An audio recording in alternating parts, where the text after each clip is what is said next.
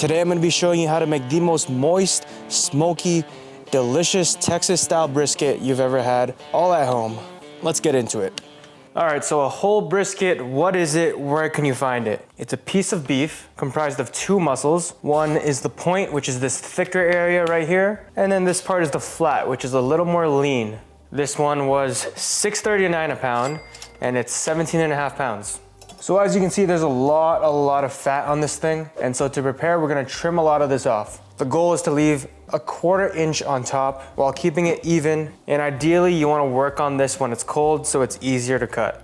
So now we got most of our fat side done. You see how I round the edges out here? And I'm gonna flip this around. You see this big piece of fat right here? We're gonna take most of that off. You're gonna end up taking some meat off as well. Don't worry about that. All right, so the top is nice and trimmed. Everything is kind of rounded off along the sides. I usually don't do too much on the back, but I'm probably just gonna take some of this hard fat out as well.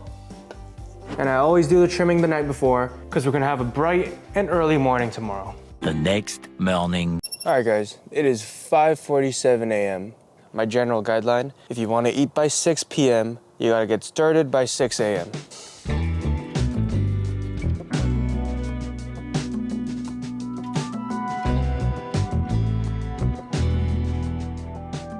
Our brisket is fresh out the fridge. I'm just gonna add some yellow mustard on here. Really just use as a binder so that our seasonings can stick a little bit better.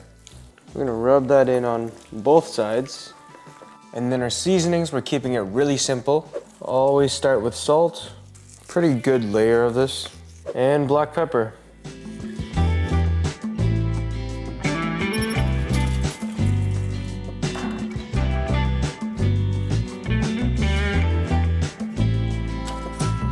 All right, so here's my setup. I got the charcoal on one side, smoking with mesquite wood today. Woo. And then I got a tinfoil tray down here for all the drippings. I'm adding a little temperature probe here just to monitor the temperature inside here. And then our brisket goes on top. I got the vent facing the side of the brisket. And we're just gonna try to keep this around 250, 300 degrees Fahrenheit.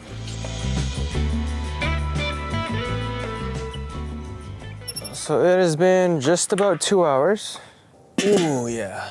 And what I like to do is just grab some water and spritz it so it doesn't dry out.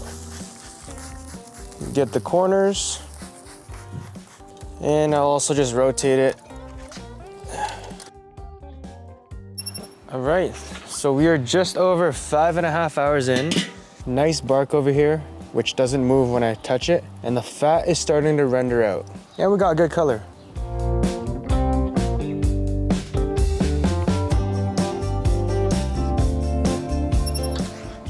Okay, we are 6 hours into our cook time and it's time to wrap. How do I know that? First off, the color, nice and dark, not burnt. The texture, you can feel the bark starting to form. It's starting to dry up a bit. And when you move it, it doesn't fall off.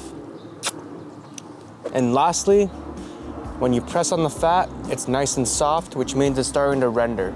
All right, so here's what I like to do when I wrap my brisket. I got 3 long sheets of tin foil laid on top of each other. Some people like using butcher paper, but it's not as accessible for me, so I'm just using tin foil. We got our brisket going right on top in the middle. I'm gonna give it a quick spray just to stay moist. And what wrapping does is just get the meat really tender. Right now, it's cooked, but it's not tender. And then this goes right back on top of the smoker until it gets super tender. Probably another 4 hours. All right, so we are right around 8.5 hours in total, 2.5 hours since we've wrapped. I'm gonna be checking with a temperature probe. And I'm not really checking for a temperature. I'm just checking to see how tender it is in there. It should feel like butter. Point feels pretty good. And I'm gonna check the flat, which is this side. Honestly, it feels pretty good, I'm not gonna lie. I'm gonna leave it on here for another 30 minutes and probably take it off after that.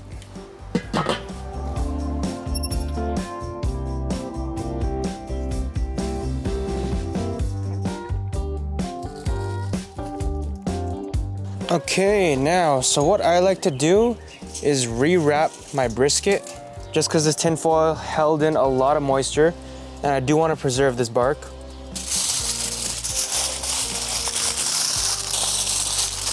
I will wrap this up with a blanket, and this is going inside to rest in my oven or a cooler for at least 2 hours. All right, so as I unwrap this, I'm just gonna give you guys a quick little recap on what we did and where we're at. We started smoking this at 6 a.m. After 6 hours, we wrapped it up in tin foil to get it nice and tender. And then after another 3 hours, it got nice and tender, which is where we're at now. Took it off the smoker, re-wrapped it with tin foil, and let it rest another 3 hours. And now it is just past 6 o'clock. We are ready to enjoy this thing. I haven't even cut into it yet, but I already know it's about to be so tender. Look at that jiggle. All right, so this side is the point, a little thicker, more fatty, and this is the leaner side, the flat. And even with cutting it, there's a little bit of a method to it. I'll be using a serrated bread knife. About halfway through, maybe a little less on this side, which is the point. I'm just gonna give it a nice cut. Now that is a money shot. And we wanna start from the flat, work our way to the point. Making sure not to get rid of that bark. You wanna preserve as much of that as possible. I wanna say a 1/4 inch thick. That's how big I'm cutting this. You don't want it too thick, otherwise it'll just fall apart. Oh, that one was tough. I got a lot of pieces out of it here. I might pull out one of these just for you to see. Glossy, fatty. This is the lean part too. We're done cutting the flat. We can now switch over to the point, which is the good part in my opinion, the fattier part. You see that top section? The grain is running the other way. What we're gonna do is cut it in half, like so. Look at this. And we are gonna start cutting along this way that we've just created. Usually these pieces can be a little thicker because there is more fat on them. They are more juicy. And now this section right here, the very end of it, is what everybody loves. Burnt ends. Carry a lot of flavor because of the bark right here. And what I'm gonna do, I'm just gonna separate this flat part here and then cube these up. This is what I give people before I serve the actual brisket. Look at how tender this is. Man, that is so good. What a platter. I'm just gonna top it off with a little sprinkle of salt. All right, one more thing before we go. There's a few tests to tell whether or not you did this correctly. You grab like a nice piece of the flat here. One is the bend test. So if you hold it, it should fold over like that.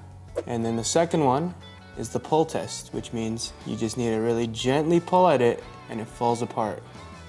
Kind of like this.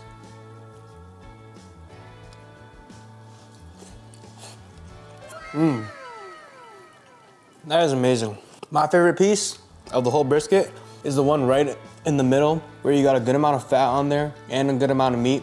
Because I need that protein, you know? This one right here is perfect. Obviously it's gonna, same test. If the flat can handle it, this one can too. Thank you for watching. Like, comment, subscribe. And let me know what else I should make. Later.